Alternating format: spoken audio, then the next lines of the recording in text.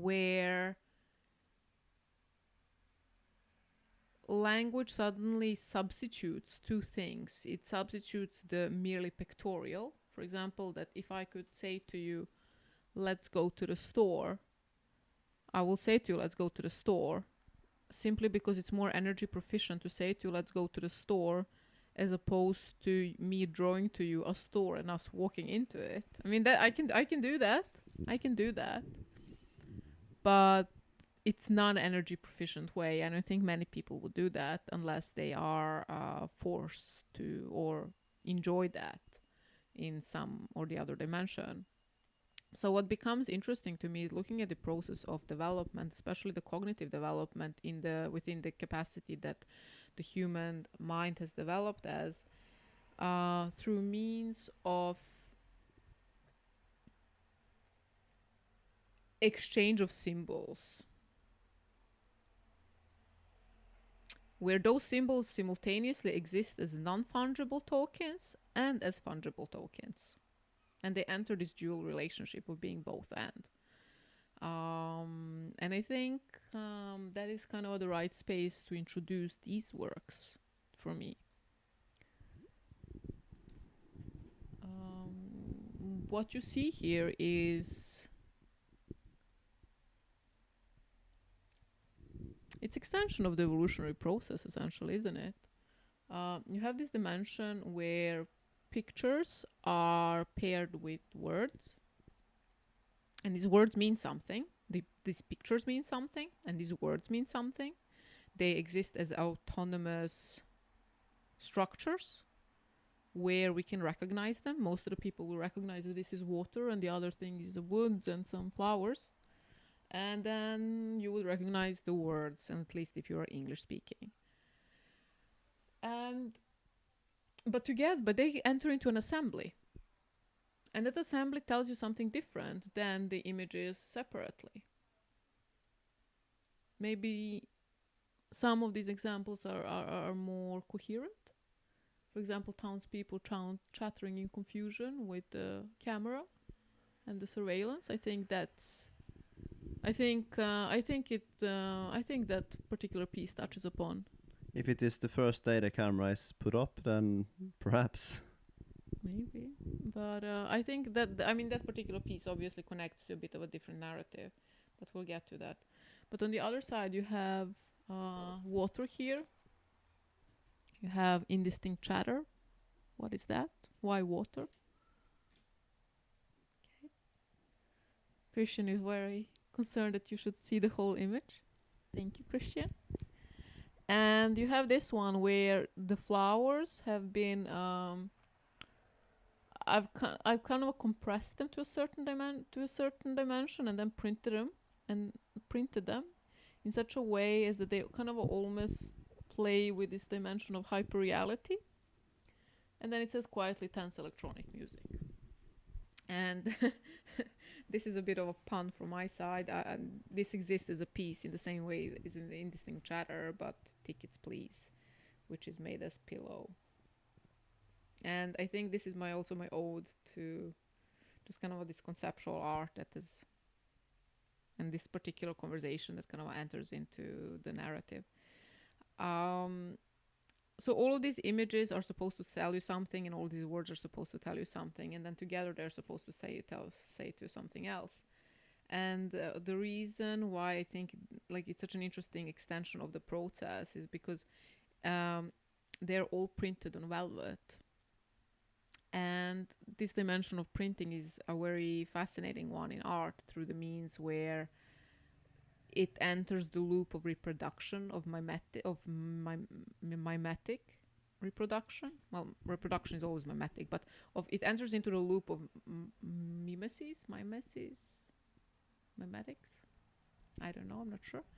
And reproduction, meaning that something has been existence of something has been doubled and amplified in order, or has proven itself to be of such importance for it to emerge in this printed version through the means as I have, through the parameters I have postulated around it. And you see that all of these texts have black background. And then my question is, do you have some references to that? Does it evoke a feeling? Does it evoke a memory of something? Like when you see the black with the white and in the brackets, bracketed as it is. Well, yes, it looks very much like subtitle to me. But that is the only, like, I don't feel anything for it to be black. It may be like a sign. No, but subtitles is. But yes, it's more like subtitle is what you typically read in this format. Yes, exactly. So I've been watching. I'm a bit of a cinemaphile. I enjoyed that quite a lot. However, there was this dimension where I was watching a lot of anime, and I was very fascinated that these particular pieces, the works that I've been watching, and I will post the title of them. Most of them were deprived of sound and speech, not of sound but of speech. But then they would have these subs where, if music was playing, they would write music playing, obviously for the people with the imparted hearing, and then they would write strong applause, and then they would write silverware. How do they call it? Clinking. Something it conveys the message. Oh my god, like it's a bit embarrassing. We're speaking about language, and here I can't pronounce my medics, and I can't. I'm like, no, silverware rattling. Rattling is rattling. a good word. Rattling. Thank you. So we're kind of back in the game. So you kind of start looking at how your attention is being funneled towards certain dimensions which we blindly accept. And again, this is a narrative that accounts for advertisements, for all of the dimensions that kind of touch upon the aesthetic apprehension of something. But you kind of see how our attention is funneled in certain way, but you also see something else, and that is that how this dimension of pictorial representation exists simultaneously and parallel to the linguistic dimension, where they are contingent upon it. They enter into this relationship of qualitative descriptiveness, which is fascinating to me, especially when symbols as such can be exchanged one for another.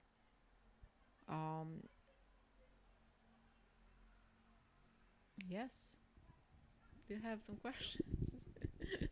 Not yet. Not yet, you're not. So I'm just enjoying the presentation.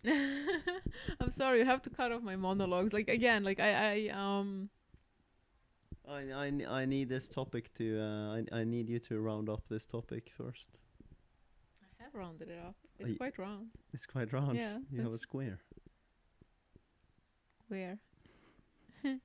Okay. But I'm very fascinating with this dimension of how human apprehension, how an individual apprehension is constructed through means of looking at symbols of exchange, and how artists nonetheless are so immersed in the understanding of semiotics, and yet simultaneously so blind to it as well, because you can never escape this dimension of human blindness. So these works pertain quite a lot to that. How many pieces is there in this series? Not many, I think around 7. I mean, how important is the picture compared to the text to you in this? know what? That's a very interesting question. Because I would say that they are the same, and yet, apparently, they're not. And how can I say that they're not? Well, I'm a bit. I have a few theories to that, but I feel it's a bit interesting because something will become the leader of this because they're not made equal, and also there's a few things I'm thinking of here. First of all, the text is smaller and it's dedicated less place to it relatively to the photo, and also inherently most human beings are visual beings, so by its nature, I think the text comes secondary to the picture. I would guess that 80% of perceivers of this will first look at the photo and first perceive the image, and then they will add the text up on, and then they will reach this conundrum where they can't quite make those two fit together. Because that's what I sort of like with it, that when you look at it, it's not. You can easily, to the one on top, you can easily attribute meaning to it. Like there's a lot of. All of them you can attribute meaning to, but it's not the obvious text that is there. It's not. If you were to fit the correct text with the correct image, this would not be the obvious answer. Do you think there is a correct text to the correct image? That depends Yeah, I on mean, the assignment. of course, but like kind of this can say blue water. Well, it's not blue water. It's water. It can say water, but it could say, but it could also reflect more of like. It could be the text could enhance or reflect the feeling that calm blue shiny water is giving you, right? But it's not. It says indistinct chatter, which probably a lot of people have experienced during their vacation around the swimming pool, but yeah, but I guess that's not where we're at. of course not. But I guess like what I'm fascinated is that how the structure of the matrix that we exist within exists as such, and this small, and also my need to explore this.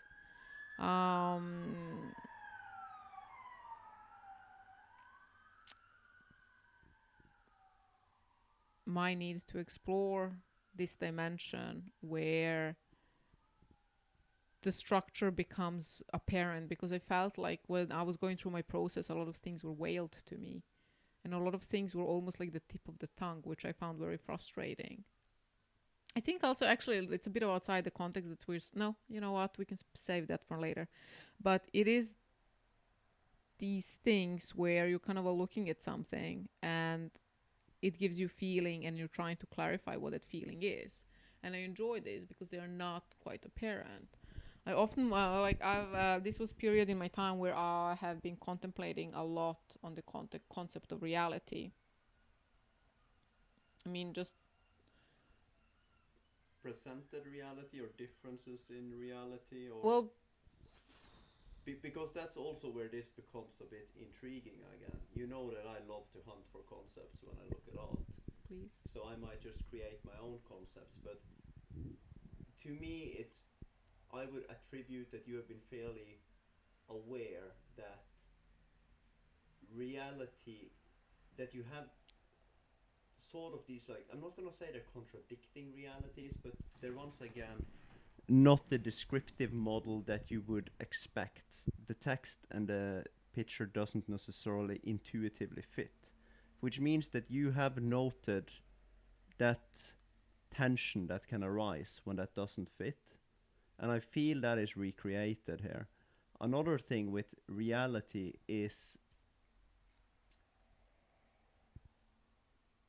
sort of lost my thread right now. Another thing with reality is what? Yes. Is it real? Hope- Or is it great? Hopefully it's real. Oh, I don't hope. I literally hope that this is a simulation or a really bad Rick and Morty version of a game. Not to drag that into a long conversation, but I Well, would but I if would this I is I what it is I would about. I would head back to the argument that it doesn't matter. Well, yes, it does matter. I'm not going to, okay, but I mean, because it is within the scope of these pieces, of course it matters. We can Uh, make if people are intrigued by that question, we can make an episode on that question alone. Yes, I think that's a fair deal on that one. maybe. I- But Yeah.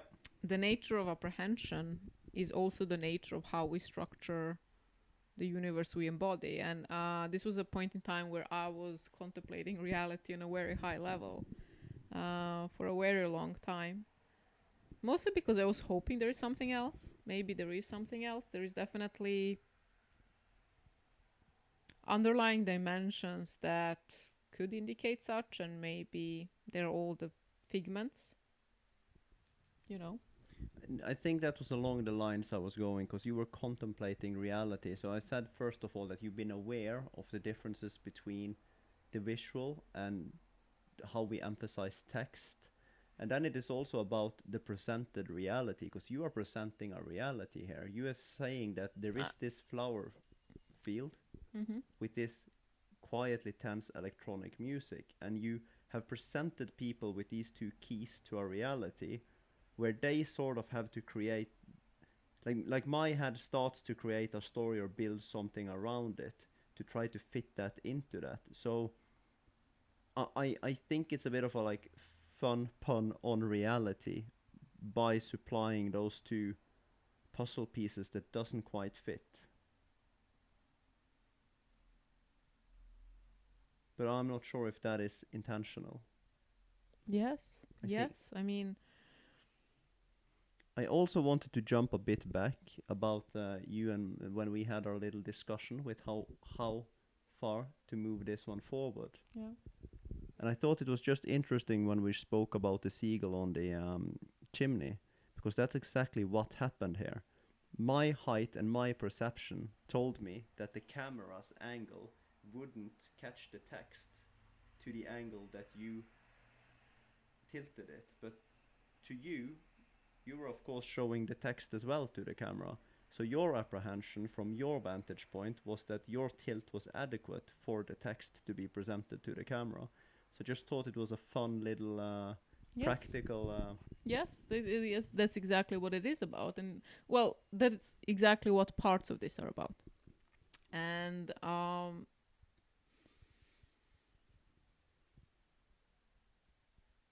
it's interesting to think about how many important movies have fish tank, fishing, water, and full moon within their presented scope. And the water really connects to that, because we are inexorably connected to water. And at the same time, water to me seems so utterly mechanical. And I think there is what this dimension also kind of a really connects to is this merging between nature and the machine. Because nature has its own patterns in the same ways as machines do. And assembly of the two is usually a radical one, where this dimension of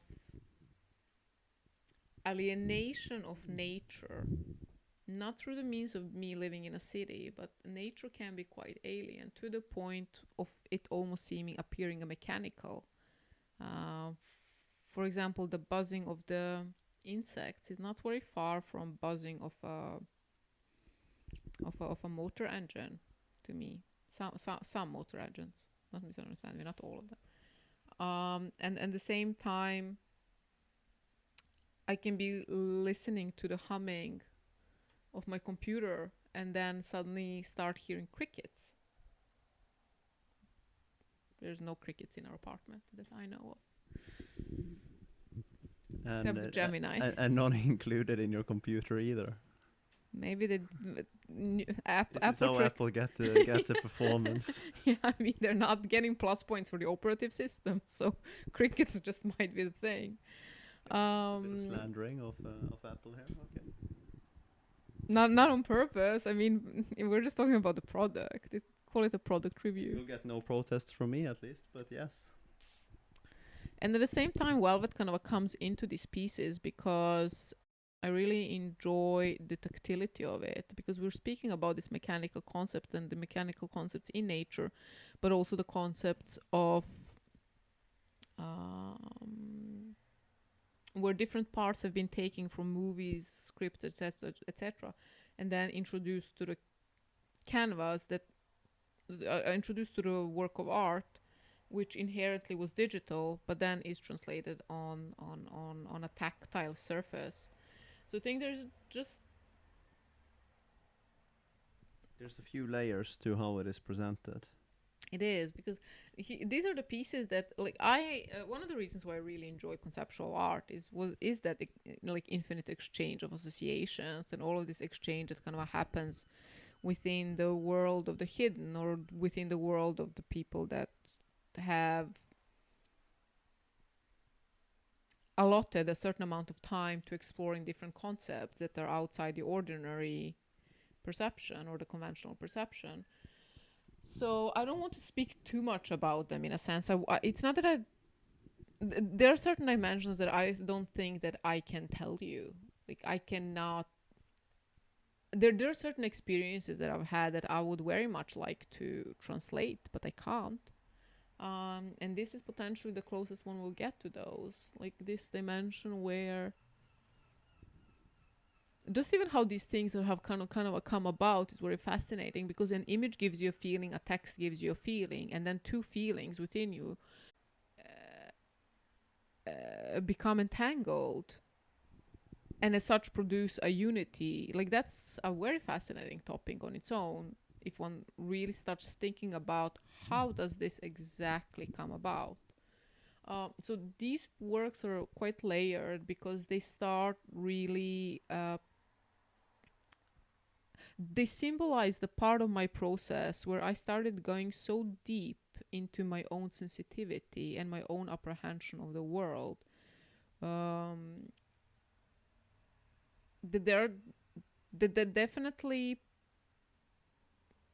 they act as tokens of the journey, but the tokens of the journey that is to be experienced before it can be understood as such. And before it does so, it exists as this infinite game of associations, which I think it's wonderful. I think that one of the most gorgeous dimensions of art.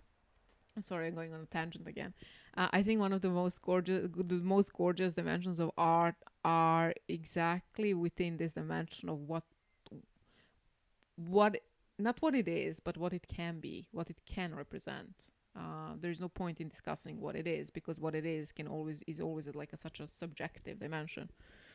But what it can be, because that's where the conversation happens, and that's how it evolves and occurs. And I find that important. It's so interesting to me how we both agree on this, and to me it's immensely important that the artist have some concept of those subjective meanings, and that he or she has provoked those subjective meanings by intent. To me, that is immensely important, that there is some awareness of that, because to me it's a bit too easy if you create something and then meaning is attributed to it, and then you create that as the thing afterwards. Like, it's very important that there was something there, and something that can be talked about it. Of course, this doesn't encompass all art, but it fits especially to conceptual art. It's very I think it's a good match. That's not only conceptual art for me. Like, the art is only worth as much as the artist can navigate the subject that it exists within. And I am obviously not the one who is supposed to impart the value of somebody's art or value of somebody being an artist, because it is a subjective dimension that emerges as the paramount. However, I find I find it extremely disappointing when I meet artists and their press releases have been written by someone else. They do not seem to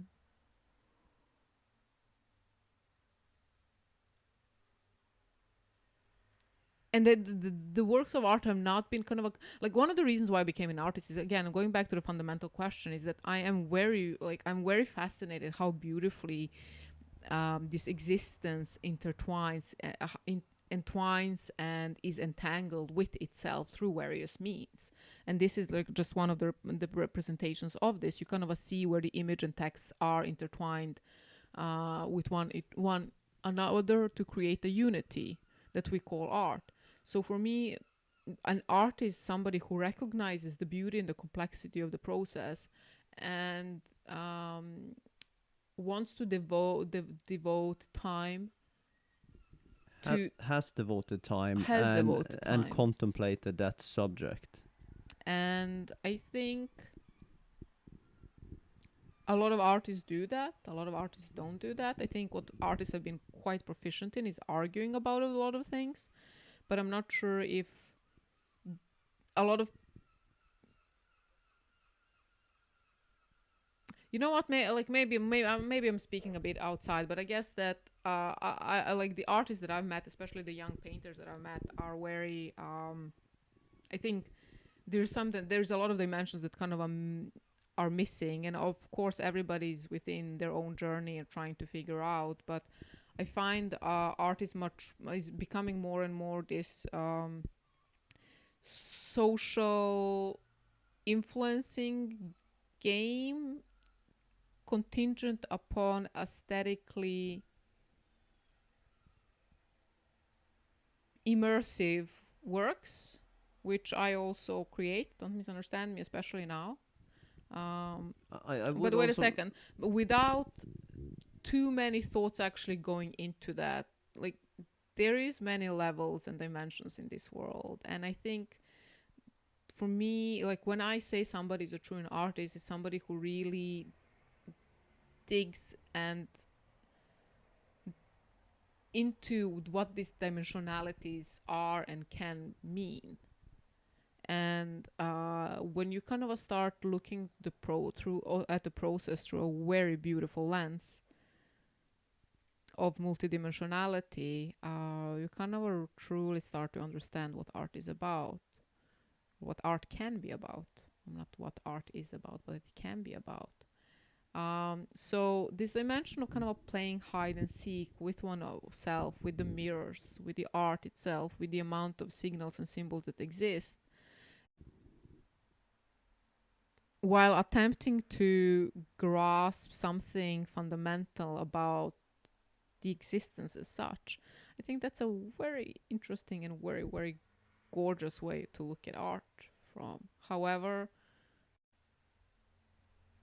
yes, it's gorgeous. I agree. Yeah. So you don't have anything more to add? I think that was well summed up. Well, we can just kind of speak briefly about these three works, and then we can kind of wrap it up. I think the top is very fascinating to me because you have the element of nature, you have the element of the human-made observational apparatus, and then you have the text that is supposed to impart meaning to that. So you have the nature, you have the observation, and then you have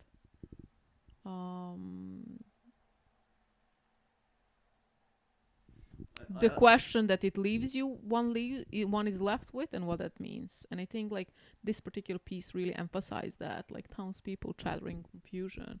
So you kind of have this, like, how deep are you going to go into this process? Like, are you going to do you wonder why did the artist choose me in this sense? Has chosen to utilize the phrase that says townspeople chattering confusion. What does that mean? Why did I do that? I think that's a very relevant question for the piece above. I agree. And the same thing with water, indistinct chatter. What does water and indistinct chatter have? Well, why are they connected? I think the piece below is one of my favorite. I will have to say that I immensely enjoy the aesthetics of it. Purely because how these low resolution plants are printed on velvet and how what they give out is very, I find that extremely pleasing. And then you have quietly tense electronic music that connects, at least to my experience of, I'm not alienated from nature. I enjoy nature very, very much, which is not something that you do. You're, for example, quite far removed from it. I enjoy nature, but I also feel alienated from it. I don't think those two are contradictions. No, I'm just surprised by your own. Oh, well, that's not what I meant, because we had like a discussion a week ago where you said like if everything was cemented, you would enjoy it immensely. That is true enough, because How you much have. hay fever did I have that day? Yes, I was about to say. I was about to say you have such a severe pollen allergy that you're incapacitated for a very long time during the amounts of during the year. So actually, maybe we should just move to Japan or like something where it's like super urban. I could live in Japan. Yeah, continue. But then you have this dimension of quietly tense electronic music, and there is this dimension that I find very fascinating, where nature is not only mechanical, it acts within the these reproductory patterns that we. Yeah. And I find it very fascinating, because I'm contemplating what it means and why does it mean like that? Why do we have that type of experience? How is that experience conjured? And the piece here, like tickets, please. Yes. Do you believe that you have a ticket? I'd rather be the one selling the ticket.